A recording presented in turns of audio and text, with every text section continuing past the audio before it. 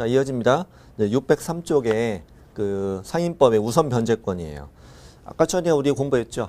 환산보증금 초과, 환산보증금 이하는 상인법 전체를 적용하고 환산보증금 초과했다. 초과할 경우에는 뭐만 인정한다고? 대항력 또 계약갱신 요구권 또 권리금 보호제도 또 3기 연체 해지 또 표준계약서 권장 이런 거 이것만 인정한다고요. 그러니까 우선 변제권은 환산보증금 초과되면 있다 없다 적용이 안 된다고. 환산보증금 이하 임차인에만 적용된다는 걸 알아야 돼요. 자, 대항 요건 갖추고 세무서장으로부터 확정일자를 받았어요. 세무서에서만 찍어줘요. 딴 데도 안 찍어주는 거 알아야 돼요. 세무서에서 찍으면 경공매 시 대지 포함한 건물에서 후순위 권리자 기타 채권자보다 우선 변제를 받을 권리 있다. 동그라미 2번 주임법과 같아요. 임차권은 경매로 소멸하는 것이 원칙이다. 다만 보증금이 모두 변제되지 않은 대항력 있는 임차권을 소멸하지 않는다.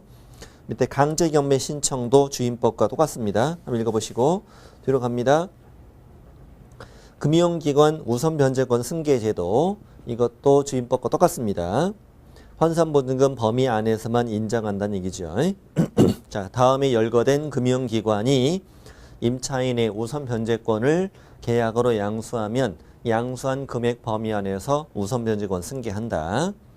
또 동그라미 2번 금융기관 등도 우선 변제권을 행사할 수 없는 경우가 있지요. 또 3번 금융기관 등은 우선 변제권을 행사하기 위해서 임차인을 대위에 임대차를 해지할 수는 없었지. 자, 5번 확정일자 부여 임대차 정보 제공. 우리 주임법에도 이런 제도 있었잖아요. 확정일자 부여기관 또 확정일자부 작성 이런 거 있었잖아요. 여기서는 오로지 누구만 작성한다. 세무서장이 확정일자를 부여하고 세무서장이 확정일자부를 작성합니다. 다음 밑에 확정일자 기재사항 나오는데요. 자, 계약서 원본 소지한 임차인은 건물 소재지 관할 세무서자에게 확정일자 부여 신청할 수 있다. 동그라미 2번 확정일자는 세무서장이 확정일자 번호, 부여일, 세무서장을 계약서 원본에 표시하고 관인 찍는 방법으로 부여한다. 오른쪽 세무서장은 계약이 변경 갱신된 경우 임차인 신청에 따라 새로운 확정일자 부여한다고. 이때 확정일자부의 기재사항이 다음과 같다고요. 참고하시고 자, 밑에 임대차 정보 제공 갈게요. 동그라미 1번 이해관계에 있는 자는 세무서자에게 정보 제공 요청이 되겠죠. 당연히. 이때 이해관계에 있는 박스와 같으며 참고하시고 저 밑에 동그라미 2번 계약을 체결하려는 자 주임법과 같아요. 뭐 있어야 돼? 임대인의 동의. 임대인 동의 받아서 정보 제공 요청할 수 있다고. 그리고 동그라미 3번 이미 계약을 체결한 당사자. 이미 계약 체결한 당사자는 세무서자에게 열람 보여주세요 또는 교부 요청할 수 있다. 다음 박스에 들어있는 것들을 인적사항도 된다고 그랬죠. 인적사항, 소재지, 목적물, 면적 당연하고요. 사업자 등록 신청일, 보증금 차임기간, 확정일자 부여일 당연한 것들이에요. 동그라미 4번 계약의 당사자가 아닌 이해관계인이나 임대차 계약을 체결하려는 자는 다음의 것을 요청할 수 있는데 위에 박스 비계본 뭐 빠졌어요? 인적사항이 빠져있죠. 주임법과 똑같아요. 인적사항 빠져있고 나머지 것들을 요청할 수 있다. 소재지, 목적물, 면적, 사업자 등록 신청일, 보증금 차임, 임대차 기간, 확정일자 부여일 이런 것들. 자, 됐고요. 다음에 밑에 소액임차인.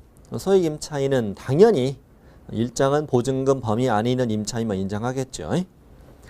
환산보증금을 논할 건 아니죠. 환산보증금 이하일지라도 당연히 그 금액을 넘으면 인정이 안 되는 거죠. 소액임차인 제도. 당연히 경매 개시결정 등기 전에 뭘 갖추면 대항요건 갖추면 되죠. 보증금 중 일정액 다른 담보권자보다도 우선 변제를 받을 수 있죠.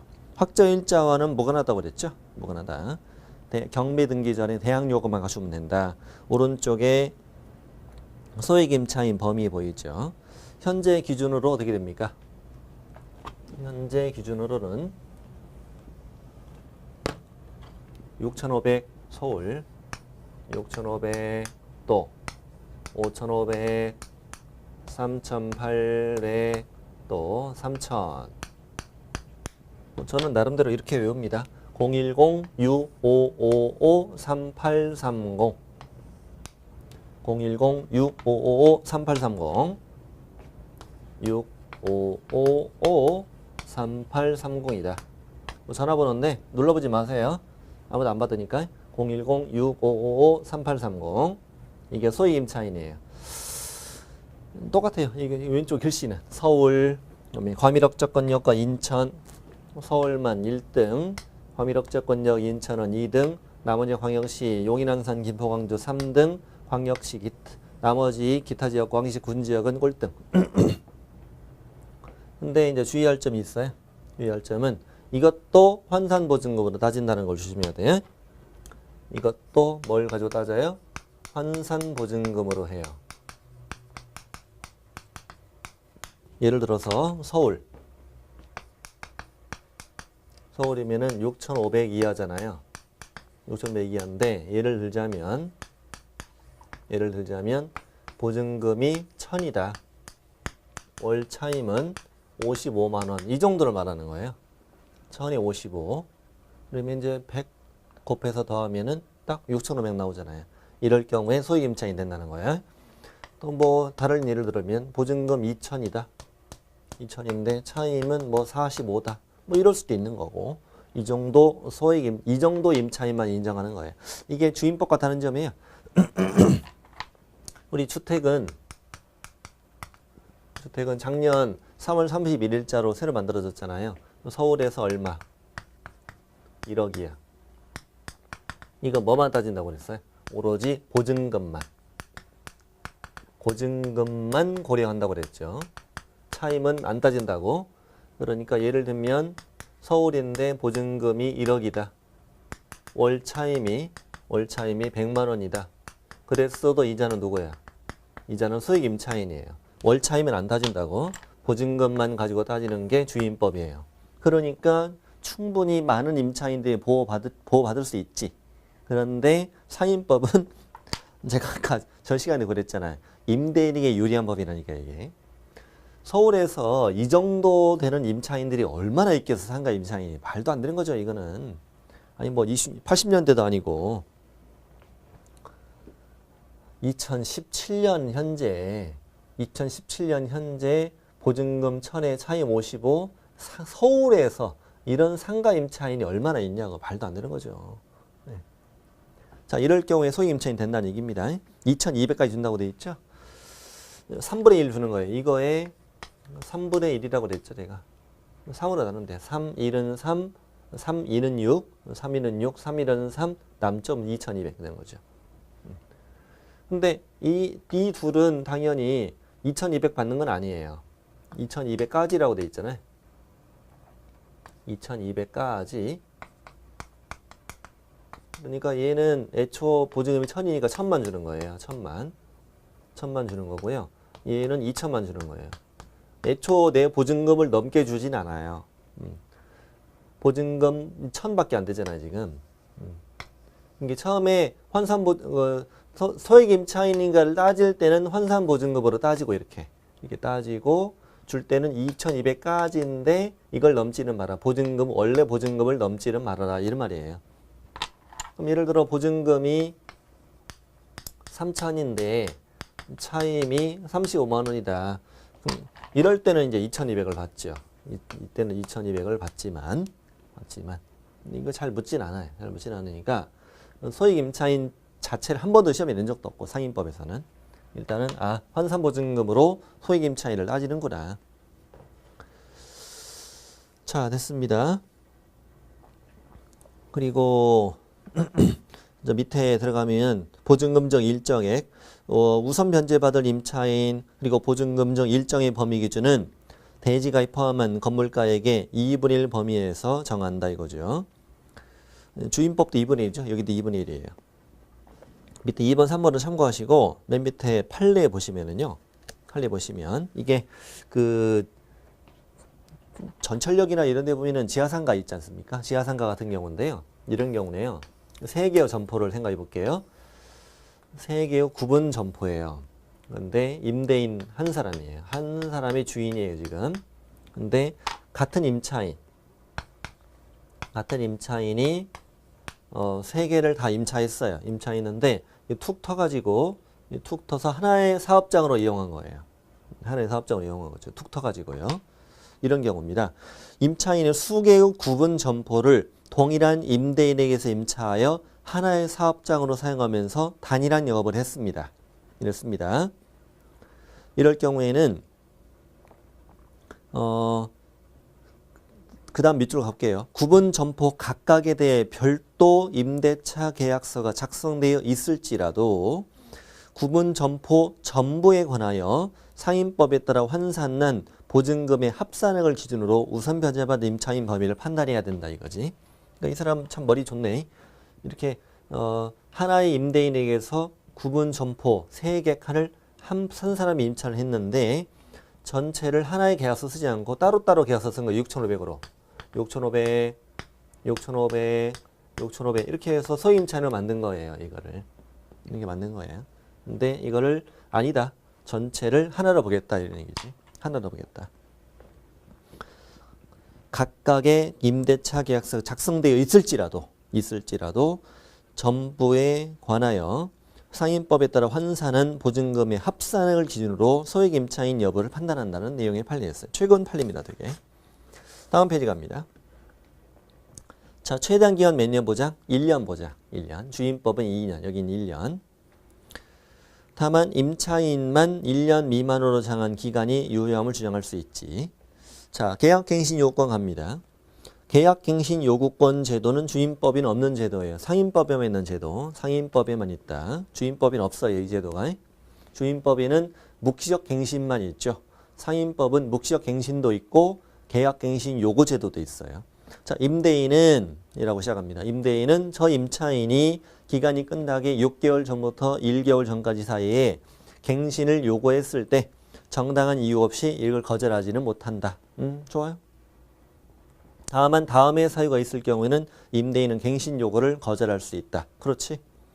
그러면 박스는 갱신 요구 거절 사유겠네. 자, 첫 번째 3기 연체.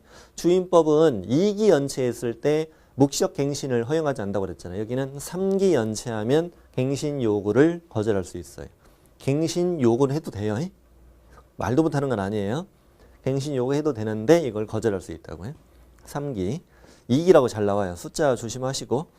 두 번째는 당연한 거 아니에요? 거짓 부정한 방법으로 임차했다. 갱신 요구 거절할 수 있다. 세 번째, 서로 합의가 꼭 들어가야 돼요. 둘이 합의가 돼야 돼요. 합의해서 임대인 임차인에게 상당한 보상을 제공했다.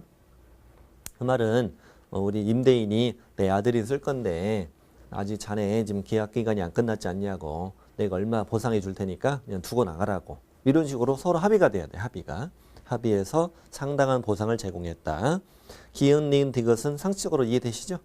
그다음 니을, 미음, 비읍 묶어보세요. 니을, 미음, 비읍 묶어보면은 전부 또는 일부가 3번 연달아 나올 거예요.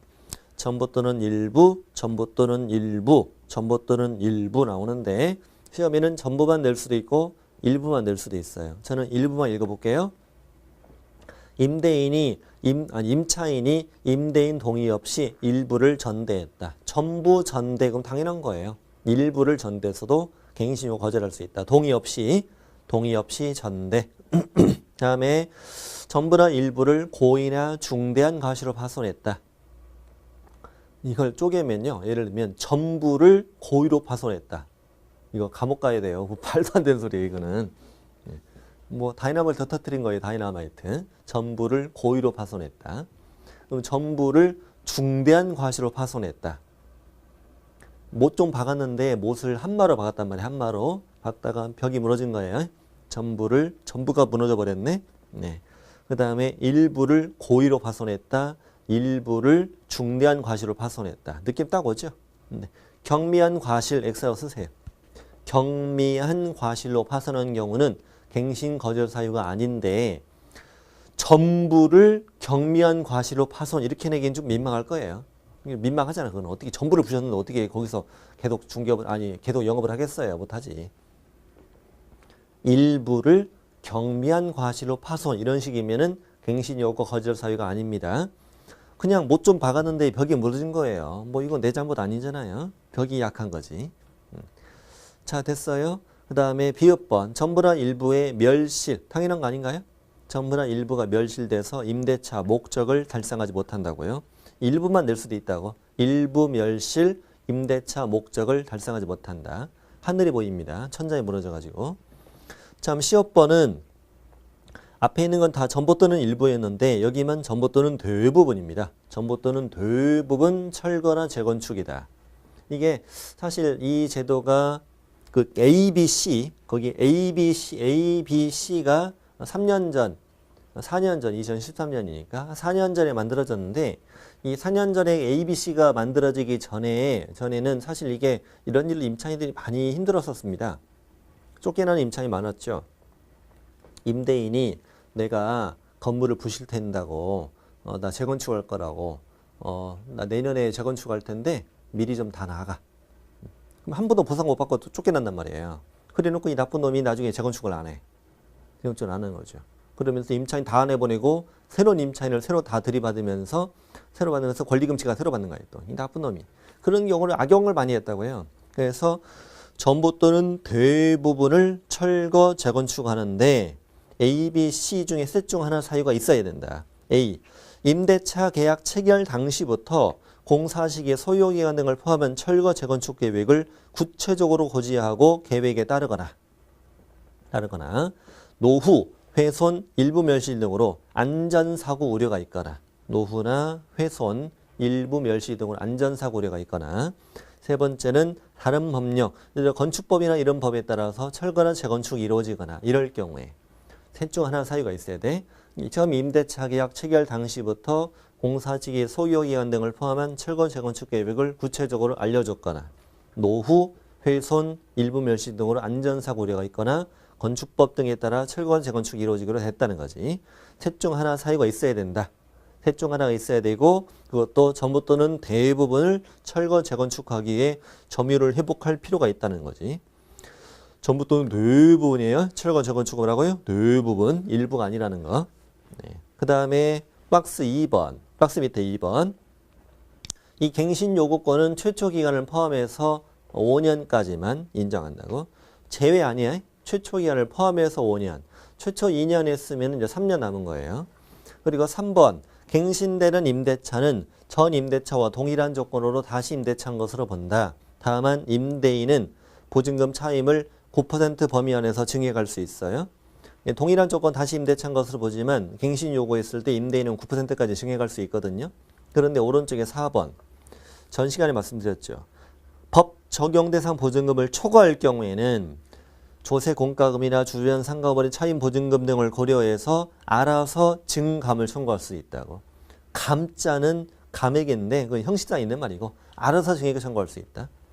원칙은 100분의 9예요. 근데 이제 환산보증금 범위 내 환산보증금 범위 안에서는요. 이하일 경우에는 이제 갱신 요구했어요. 무조건 9%까지만 증액 청구가 돼. 그 초과는 안 돼, 절대. 9% 초과는 안 돼, 절대 안 됩니다. 근데 환산보증금을 초과했다. 초과할 경우에는 원칙은 얼마? 원칙은 9%인데 오른쪽에 이런저런 사정이 있을 때만 조세 공과금, 주변 상가번의 차임 보증금 이런 사정이 있을 때만 추가로 증액을 청구할 수 있다고. 근데 지금 환산보증금 범위 안에 있을 경우는 조세 공과금, 주변 상가번의 차임 보증금 이런 사정이 있을지라도 9%를 초과할 수 있다 없다? 없어. 절대 없습니다. 조심해야 돼요 이거. 다음 5번. 임대인 동의여도 전차인은 임차인의 갱신 요구권 행사 기간 이내에서 임차인을 대위해서 갱신 요구할 수 있지 직접은 안 되고 대위해서 할 수 있다. 자, 묵시적 갱신. 임대인이 끝나기 6개월 전부터 1개월 전까지 임대인에게 갱신 거절 통지하지 않으면 동일한 조건 다시 임대차한 것으로 본다. 존속기간 1년 본다. 자동 연장되는 거죠. 1년. 임차인만 해지 통지할 수 있고 임대인이 통고받고 석 달 지나면 회익이 생긴다. 주임법과 똑같습니다. 여기는.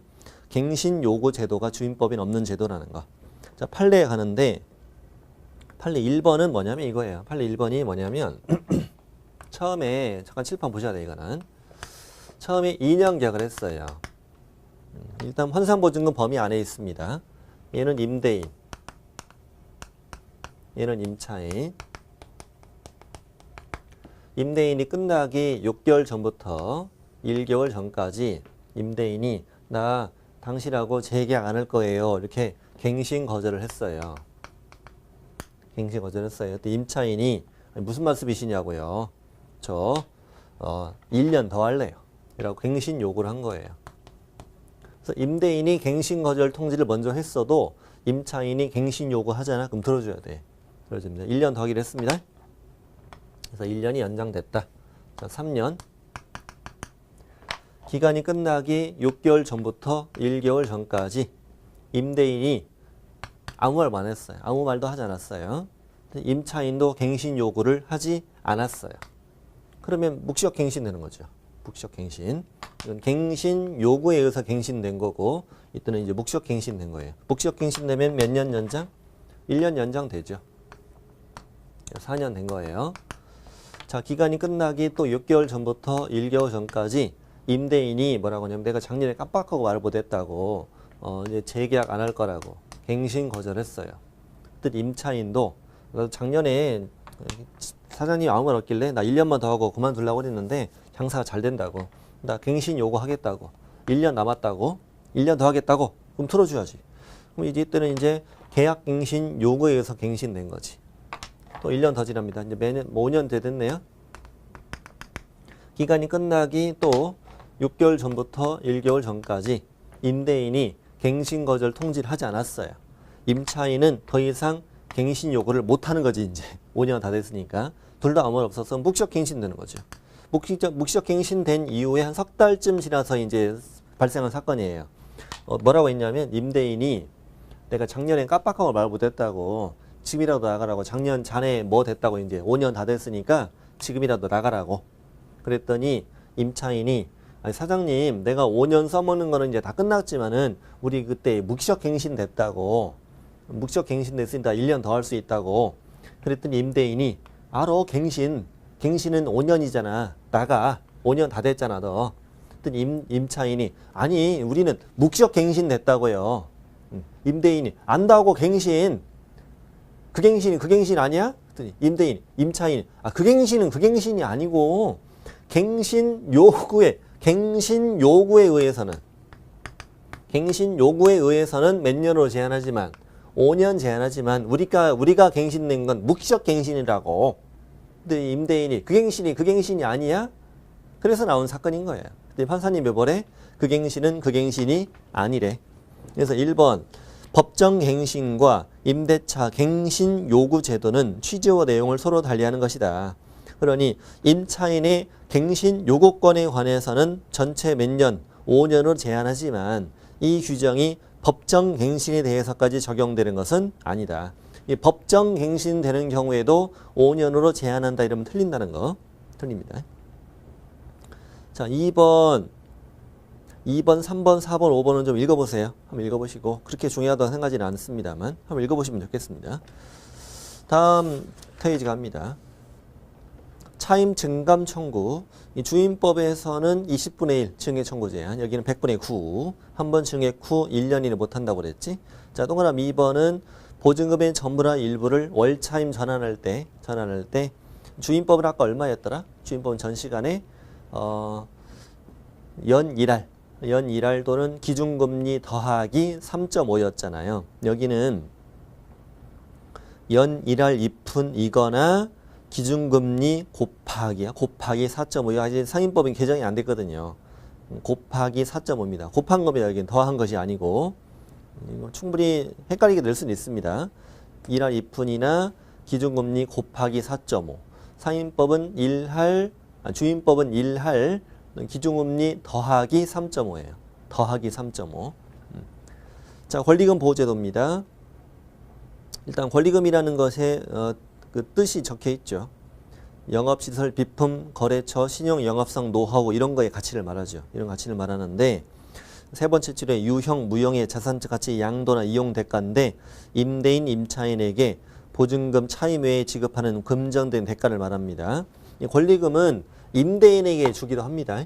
꼭 임차인에게만 주는 게 아닙니다.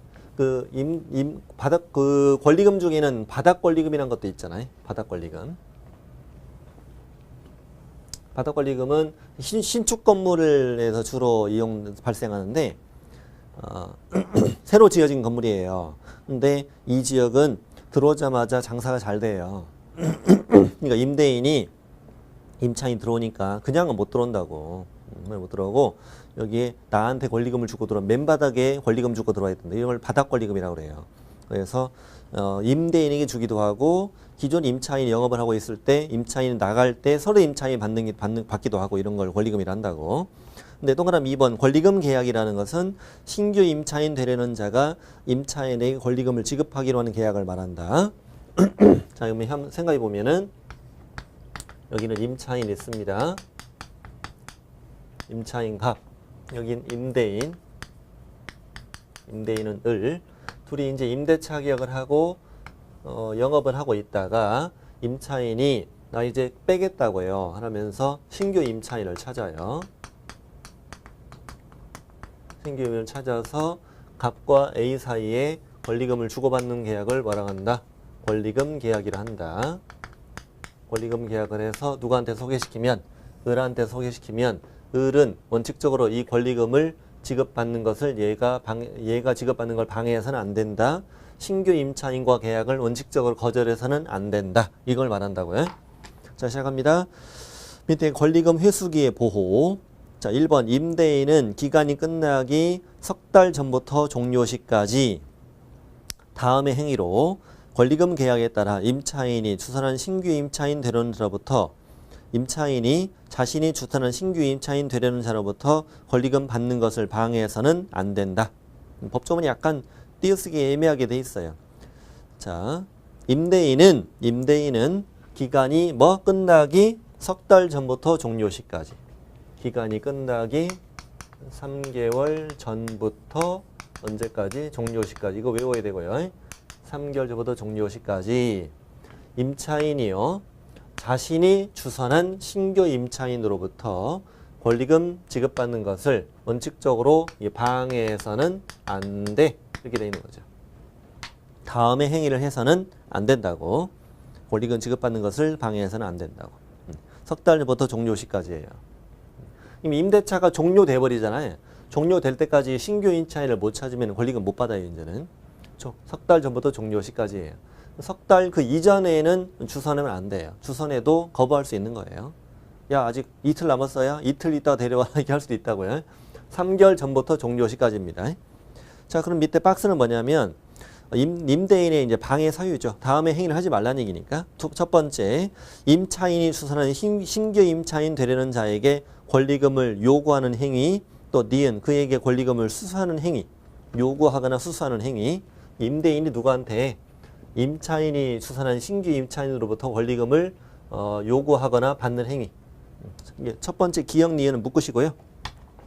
기역 니은은 뭐예요? 나도 줘. 나도 줘 이거죠. 임대인이. 야, 너 돈 많은가 보다. 너희한테 권리금 얼마 주기로 했다며? 나도 줘. 이거죠. 못 들어오게 막는 거예요. 이걸 못 들어오게 막으면 결국 임차인이 이 기간을 끝나게 만들어가지고 임차인에게도 권리금을 안 주고 내보내려고. 내보내서 여기 권리금을 자기가 받으려고. 지금 얘한테 지금 조금 이걸 받으려고 하는 게 아니고 이걸 좀 받으려는 게 아니라 얘를 못 들어오게 해서 기간이 끝나게 만든 다음에 얘를 쫓겨나는 거죠. 무일편으로 쫓겨나게 만들어서 권리금을 자기가 받으려고 한 거예요. 이런 걸 말합니다. 나도 줘. 자, 디귿번. 임차인이 추선한 신규 임차인 되려는 자로 하여금 임대인의 권리금을 지급하지 못하게 하는 행위. 주지 마. 뭐라고 올려요? 주지 마. 신규 임차인으로 하여금 임차인에게 권리금을 지급하지 못하게 막는 행위. 뭐라고 하시는 거예요? 야, 주지 말고 진짜 잘만 버텨봐봐. 내가 더 싸게 해줄게. 내가 이렇게 거꾸로 하는 거죠. 리얼. 자, 임차인이 추선한 신규 임차인 되려는 자에게 그 다음 줄 끝에 현저히 고액의 차임과 보증금을 요구하는 행위. 너부턴 따블이야. 너부턴 뭐라고? 너부턴 따블이야.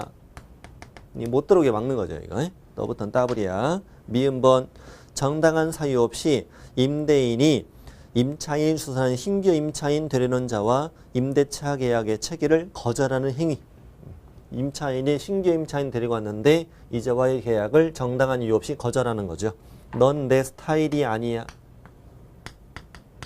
넌 내 스타일이 아니야.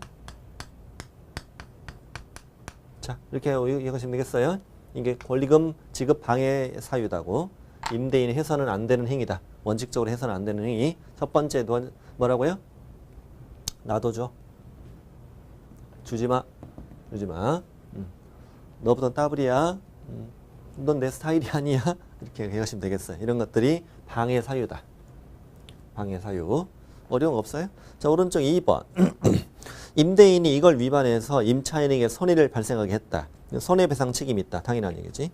이 경우 손해배상액은요.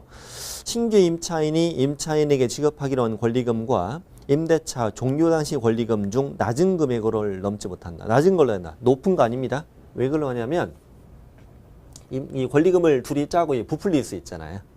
부풀릴 수 있거든. 네.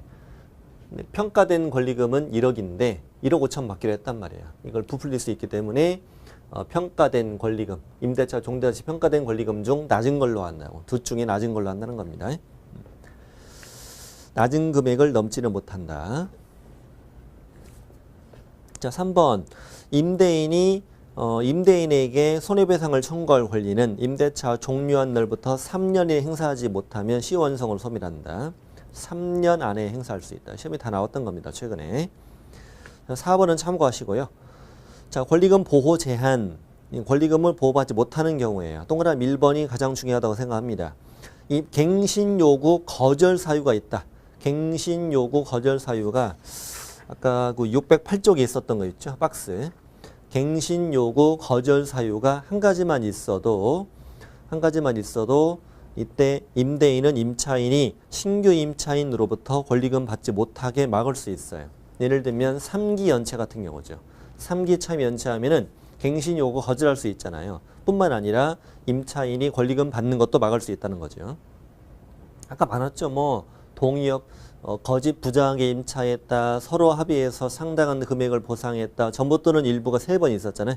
전부 또는 일부를 고의나 중대한 과시로 파손, 또 동의 없이 전대, 멸실, 전부 또는 대부분 철거, 재건축, A, B, C 이런 게 있었잖아요.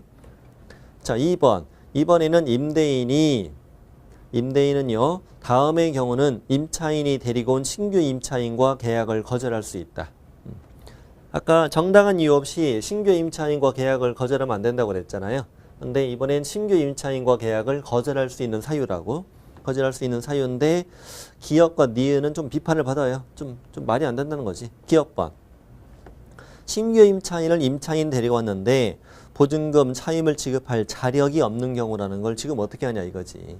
아직 그 자와 계약도 안 했는데 어떻게 알겠냐 이거예요. 그 대신 이제 이런 평가를 해요. 신규 임차인이 보증금 차임을 지급할 자력이 없다는 사실을 임대인 측에서 입증을 해야 되겠지. 입증이 되겠죠. 또 니은은 신규 임차인 되려는 자가 임차인으로서 의무를 위반할 우려가 있거나 임대차를 유지하기 어려운 상당한 사유가 있다. 의무를 위반할 우려가 있다는 걸 어떻게 하냐고. 아직 계약도 안 했는데. 그렇게 생겼다는 얘기죠. 그냥 생김새가. 자, 좀 말이 안 되고요. 디귿번. 목적물인 상가 건물을 1년 6개월 이상 영리 목적으로 사용하지 않았다. 임차인 쪽이라고 많이 생각을 합니다. 우리가. 근데 주어는 없죠. 지금 디귿번에. 앞에 임대인인지 임차인인 주어는 없는데 일단 임차인 쪽이라고 많이 생각을 하고 있어요.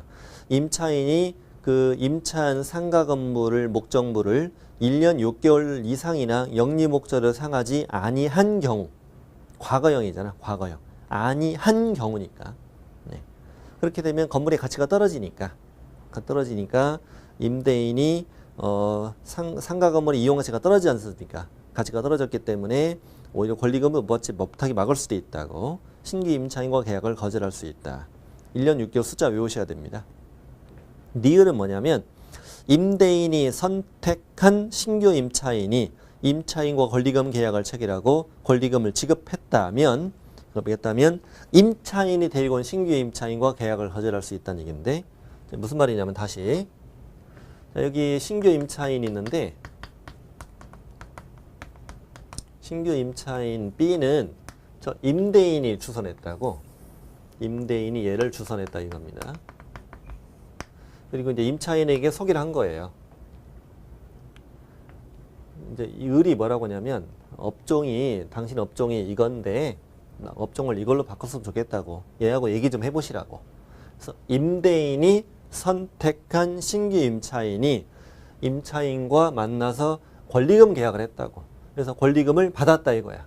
권리금을 받았으면은 당연히 임차인은 내가 데리고 온 신규 임차인과 얘를 신규 임차인을 소개했을 때 임대인은 이걸 거절할 수 있다는 얘기입니다. 아니 임대인이 주선해준 신규 임차인과 권리금 계약을 해서 권리금을 받았잖아요. 권리금을 받았으면 너는 이제 만족한 거잖아요. 그러니까 네가 주선한 신규 임차인과는 임대인은 계약을 거절할 수 있다 이런 뜻이에요. 자 됐고요. 자 권리금 적용 제외 다음의 경우에는 권리금 보호 규정을 아예 적용하지 않는다. 첫 번째는 대규모 점포, 준대규모 점포. 마트 같은데요. 마트 백화점 같은데 비판을 받아 이것도. 그 다음에 국유재산, 공유재산일 때. 자 4번 갑니다. 동그라미 1번, 동그라미 2번 다 알아야 돼. 국토부 장관은 임차인과 신규 임차인 되려는 자가 권리금 계약을 체결하기 위한 표준 권리금 계약서를 정해서 권장할 수 있다. 2번 국토부 장관은 권리금에 대한 감정평가 절차 방법 등에 관한 기준을 고시할 수 있다. 국토부 장관 기억, 권리금 기억 이렇게 외워야 돼. 국토부 장관은 표준 권리금 계약서를 정해 권장할 수 있다. 권리금의 감정평가 절차 기준 방법 고시할 수 있는 것도 누구? 국장. 근데 밑에 9번 보니까 법무부 장관은 보증금 차액, 임대차 기간, 수선비 분담 등의 내용이 기재된 상가 건물 임대차 표준 계약서를 정해 권장할 수 있다.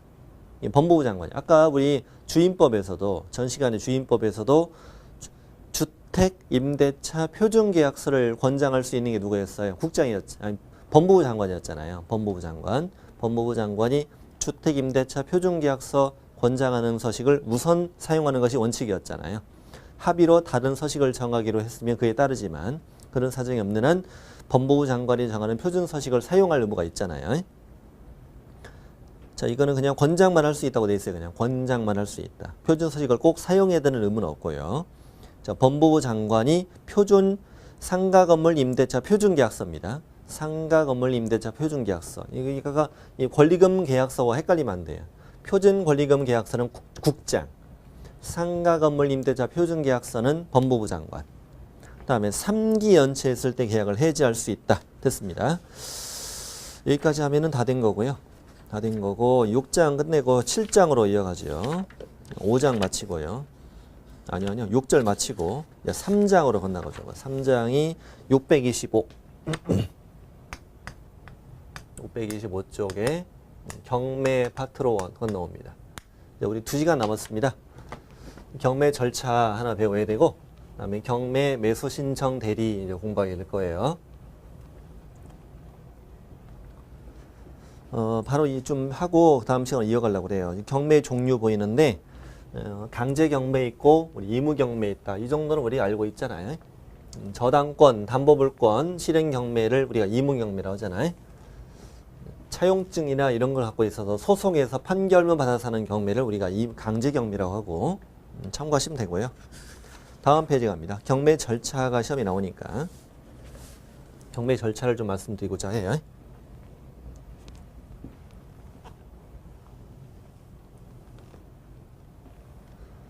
자, 일단은 그림 하나 그리겠습니다. 거기 없는 그림입니다. 첫 번째 이제 강제 경매나 의무 경매를 신청합니다. 이 경매 신청이 들어오면은 법원에서 경매합시다 라고 결정을 내리죠. 그래서 경매 개시 결정을 해요. 경매 개시 결정을 하고 법원에서는 등기소로 연락해서 경매 개시 결정 등기를 합니다. 경매 개시 결정 등기가 되면은 부동산이 압류되는 효력을 가져요. 압류가 된다. 자, 그러면 이제 부동산이 압류되면 첫 번째로 법원이 하는 일이 뭐냐면 그날부터 일주 내로 이때까지 배당 요구를 하시오. 자, 이거를 우리가 배당 요구 종기라고 해요. 배당 요구 하시오라는 걸 종기를 정해서 이날 공고를 해요. 보통 한 석 달 정도 시간을 주는데 이런 건 시험에 안 나와요. 이런 건 안 물어봅니다. 자, 압류되면 일주일 안에 이날까지 배당 요구하세요 라고 공고한다고. 그럼 배당 요구 종기는 왜 알려주냐면 우리 방금 보셨던 주임법이나 상임법이 한 임차인 있잖아요. 임차인과 확정일자부 임차인은 배당 요구를 꼭 해야만 배당을 받을 수 있거든요. 배당 요구를 해야만 배당을 받을 수 있다. 배당 요구를 하지 않으면 배당을 못 받아. 네. 그러니까 언제까지 배당 요구를 할 건지를 알려줘야 되는 거죠. 석 달 정도 시간 준다고요. 예를 들어 1월 10일 날 경매 등기됐다. 압류됐다. 1월 17일 이전에 2월, 3월, 4월 17일까지 배당 요구하세요 라고 공고한다고 이렇게. 1월 17일 이전에 공고한다 이거예요. 이날까지 배당 요구하세요 라고 공고해요. 그런 다음에 매각 준비하는 겁니다. 매각 준비 과정에서 뭐 하는지는 이따 나옵니다. 준비가 다 끝나면 이제 매각 경매합시다 라고 결정을 내리는 거죠. 그래서 매각 기일 공고, 경매하는 날을 매각 기일이라고 해요. 경매하는 날을 언제 매각합시다 이렇게 공고해요. 공고하면은 2주 후에 모여서 매각을 실시한다. 매각 기일, 매각을 실시합니다. 자, 이제 이쪽에다 그려볼게요. 이렇게 이제 매각 기일을 공고하였어요. 경매하는 날을 매각 기일이 한다고 그랬죠. 경매를 매각이라는 용어를 쓰거든요. 자, 2주 후에 모여서 매각 기일 이 잡힙니다. 자, 경매할 때는 보증금 내고 해야 된다고 그러죠. 보증금. 입찰 보증금이라는 용어를 흔히 사람들이 많이 쓰죠. 시험에는 그런 용어를 쓰지 않고 매수 신청 보증이라고 그래요. 매수 신청 보증.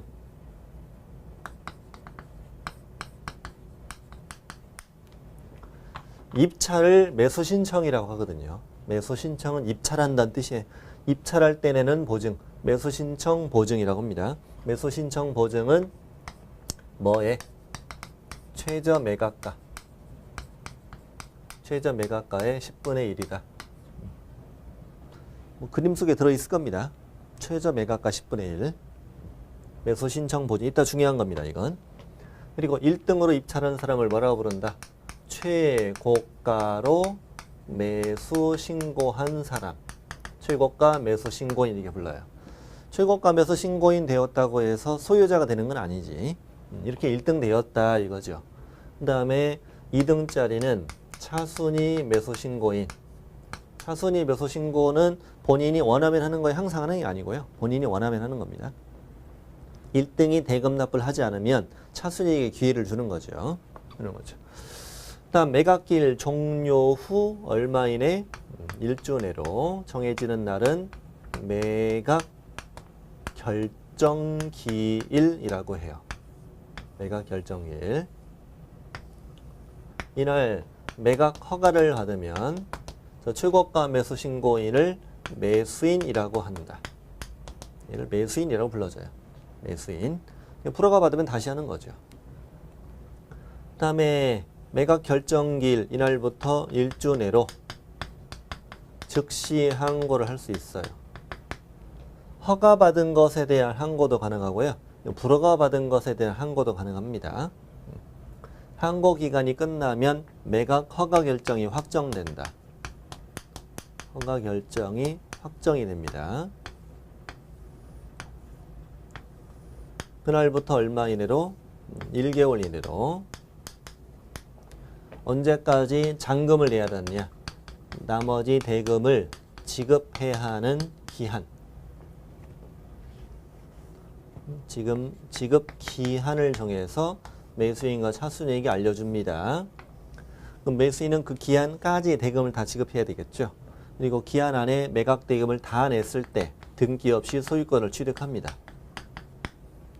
낸 걸로 이제 배당하고 내가 앞으로 등기 받고 이제 인도받으면 되는 겁니다. 한편 매각기일에 아무도 매수 신고를 하지 않았어. 매수 신고를 입찰을 안 했다는 거예요. 아무도 매수 신고를 하지 않으면 유찰된 거죠. 유찰되면 금액은 상당 금액을 저감해야죠. 20에서 30으로 저감시킨 다음에 다시 매각기일을 잡아 공고하는데 이 매각을 새 매각이라 한다. 새 매각기일을 공고한다고 얘기해요. 유찰되면 새 매각. 다음에 매각 결정기일에 불허가 받을 수도 있잖아요. 불허가를 받으면 이때는 금액을 저감시키지 않아요. 왜냐하면 이미 1등은 나왔었잖아요. 1등은 나왔었고 요건을 못 갖춰서 불허가 나온 거지 비싸서 다시 하는 게 아니잖아요. 이때는 저감하지 않고 다시 매각기일을 잡아서 공고하는데 이 매각도 무슨 매각이라느냐? 새 매각이라고 그래. 새 매각은 종류가 두 가지예요. 유찰 냈을 때 하는 새 매각, 그리고 불허가 됐을 때 하는 새 매각. 어떤 세유? 이렇게 물어보면 불세유라고 답하세요. 어떤 세유? 뭐예요? 불세유. 유찰 새 매각, 불허가 새 매각. 다음에 대금 지급 기한까지 매각 대금을 지급하지 않았어. 잔금을 안 냈어. 잔금을 안 내면 이때도 금액을 저감시키지 않아. 저감시키지 않고 다시 매각기를 잡아서 공고하는데 이 매각은 재매각이라 한다. 재매각. 잔금을 안 내면 재수 없어 재매각을 해요. 왜 잔금을 왜 안 내냐면 돈이 없어서 안 될 수도 있죠. 그럴 수도 있고 또 어떤 경우도 있냐면은 내가 권리 분석을 잘못한 거예요. 권리 분석을 잘못해서 내가 인수를 해야 될 금액이 있는데 제대로 인수할 거라고 예측을 못한 거죠. 잔금을 안 내면 처음에 이랬던 매수 신청 보증은 몰수되거든요. 차라리 이게 몰수되는 게 유리하다 생각하면 잔금은 안 내야 되죠. 그래서 재수 없는 겁니다. 잔금을 안 내면 재수 없어 재매각. 새매각, 재매각도 알아야 되고요. 이렇게 이제 경매는 이런 과정이 이루어져요. 다시 말씀드리면 강제 경매, 임의 경매 신청 들어오면 경매 합치다라고 법원이 결정하고 등기소 연락해 등기하고 부동산이 압류된다. 압류되면 얼마 이내? 1주 안에 이날까지 배당 요구하세요라고 공고한다. 그리고 매각 준비 다 끝나면 매각기일 공고 2주 후에 매각기일 1등, 2등 뽑고 허가 일주일 안에 매각 결정기일 잡아서 허가 받으면 매수인 되고 그리고 허가받은 것에 대해 불허가받은 것에 대해서 즉시 항고할 수 있다. 항고 기간이 끝나면 확정된다. 대금 납부, 소유권 취득 이렇게 이루어진다고요. 이 경매는 민사집행법이라는 법에 따라 이루어지니까 우리가 이제 바로 이현 씨가 공부하게 될 내용은 다 민사집행법 법조문이라는 거예요. 법조문. 그 다음에 용어 좀 알고 가세요. 우리 흔히 경매라고 하잖아요. 경매와 매각은 같은 말이라 매각. 그래서 경매하는 날이 매각기일이잖아요. 매각기일. 매각부동산, 경매부동산은 매각부동산이에요. 자, 그 다음에 우리가 입찰한다고 하지. 입찰은 매수신고라고도 하고 매수신청이라고도 하고. 그래서 입찰하는 사람 매수신고인 1등, 출고가 매수신고인 2등, 차순위 매수신고인. 매수신청할 때 내는 돈은 매수신청 보증 이렇게 쓰잖아요. 이런 용어 좀 익히고 들어가야 좋아요. 이런 용어들을 외워놔야 돼. 자, 이번 시간 이걸 마치고 바로 이어서 이제 627쪽 경매 절차 시험이 나올 거리 쪽쪽 찍어서 공부를 하겠습니다.